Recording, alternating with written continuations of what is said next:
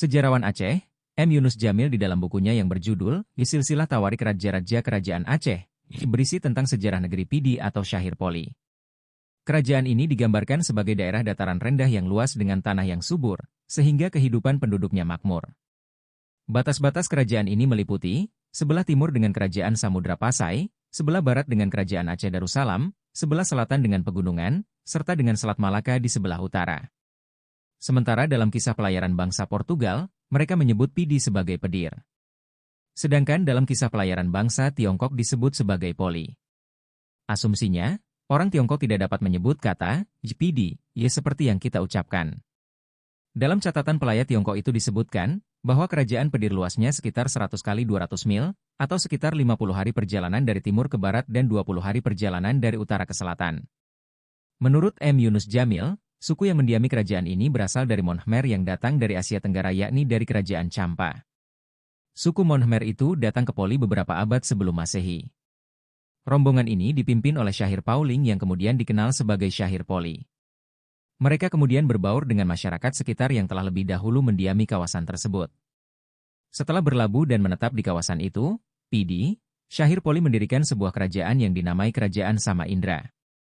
Waktu itu mereka masih menganut agama Buddha Mahayana atau Himayana. Oleh M. Yunus Jamil diyakini dari agama ini kemudian masuk pengaruh Hindu. Lama-kelamaan kerajaan Sama Indra pecah menjadi beberapa kerajaan kecil. Seperti pecahnya kerajaan Indrapurwa, Lamuri, menjadi kerajaan Indrapuri, Indrapatra, Indrapurwa dan Indrajaya yang dikenal sebagai kerajaan Pantonrie atau Kantoli Dilhok Seudu.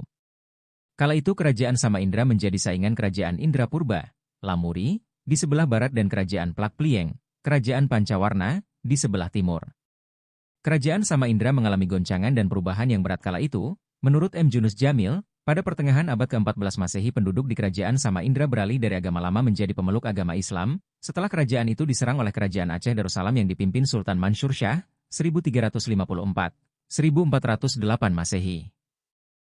Selanjutnya, pengaruh Islam yang dibawa oleh orang-orang dari kerajaan Aceh Darussalam terus mengikis ajaran Hindu dan Buddha di daerah tersebut. Pasal Kesultanan Aceh. Setelah kerajaan Sama Indra takluk pada kerajaan Aceh Darussalam, maka Sultan Aceh selanjutnya, Sultan Mahmud II Alaidin Johan Shah mengangkat Raja Hussein Shah menjadi Sultan muda di negeri Sama Indra yang otonom di bawah kerajaan Aceh Darussalam.